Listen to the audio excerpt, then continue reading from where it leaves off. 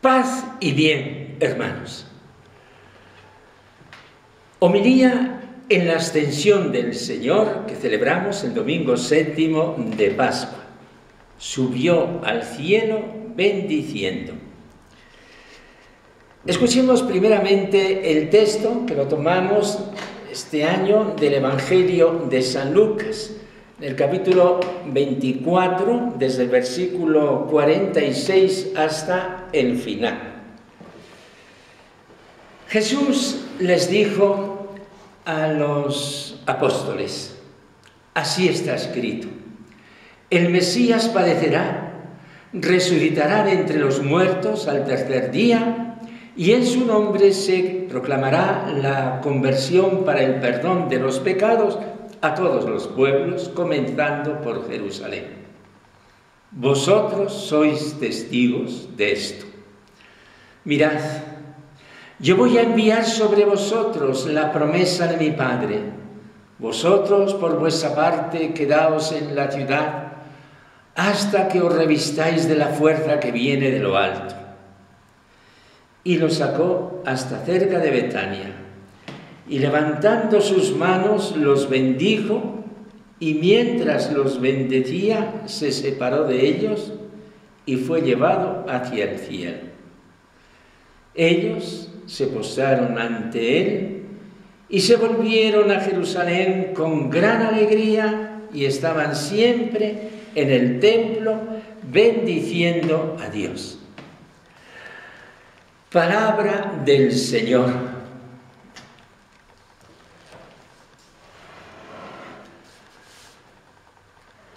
Hermanos, hoy la Iglesia recuerda aquel episodio evangélico de la ascensión del Señor. Subió al cielo y está sentado a la derecha del Padre. Ya de años en España y aquí en México, desde donde resido, pues hace algo más de 10 años, la fiesta de la Ascensión se trasladó del jueves de los 40 días después de la resurrección al domingo siguiente, esto es, al domingo que precede a Pentecostés, coronación de la cincuentena pascual. En mi infancia, en la que reinaba un catolicismo social muy reconfortante, era proverbial aquel verso que decíamos los niños: 3 jueves hay en el año que relucen más que el sol, Jueves Santo, Corpus Christi, y el día de la Ascensión, o el jueves de la Ascensión. Día glorioso del que muchos podrán decir: fue el día de mi primera comunión. El calendario civil laboral ha ido reconvirtiendo del calendario religioso. Hoy celebramos este misterio de luz que se refiere al centro de nuestra fe, el misterio pascual. ¿Qué es exactamente el misterio pascual? Es el misterio de la totalidad de Jesús contemplado en su coronación. Es, por lo tanto, el misterio conjunto de la muerte y resurrección de Jesús el Señor, diciéndolo de forma abreviada y desglosándolo en sus diversos aspectos. Es el misterio de la pasión, muerte, sepultura, resurrección del Señor y ascensión y envío del Espíritu Santo. Y de ahí se sigue la vida presente. Estamos envueltos en la gloria de Jesús viviente de la resurrección. Dice San Pablo a los romanos: sabemos que Cristo, una vez resucitado de entre los muertos, ya no muere más. La muerte ya no tiene dominio sobre él. San Lucas, autor del tercer Evangelio y autor de los Hechos de los Apóstoles, ha descrito la ascensión del Señor 2 veces. Al final del Evangelio, como remate de la vida de Jesús, y al comienzo de los Hechos, como engarce que une la vida de Jesús con la vida de la Iglesia. Las circunstancias son distintas, lo que trae problemas a la exégesis crítica lo cual no nos interesa en este momento, porque no estamos en una clase de Biblia, sino en una proclamación de nuestra fe y asimilación sabrosa del misterio. Pero estas diferencias que todos percibimos ya nos invitan a pensar, como teólogos, que resurrección y ascensión son el mismo misterio. Se trata de la gloria de Cristo tras su peregrinación terrena, incluso más, en un sentido profundo, se puede decir que muerte, resurrección, ascensión ocurren en el mismo instante de Dios, desprendidos de la cronología que marca nuestro reloj de la tierra mientras vamos camino del destino eterno. Muchos pensamientos pueden desprenderse del misterio de la ascensión del Señor. En esta ocasión me parece muy oportuno referirme a la catequesis que hace unos días, nada más, el miércoles 17 de abril, en la audiencia general, daba el Papa sobre los textos que estamos leyendo. Siguió la explicación del credo en el punto en que la había dejado su predecesor Benedicto XVI. Y de los textos de la ascensión del Señor hacía una interpretación muy bella y estimulante que vamos a recordar. Decía el Papa Francisco: al final de su Evangelio, San Lucas narra el acontecimiento de la ascensión de modo muy sintético.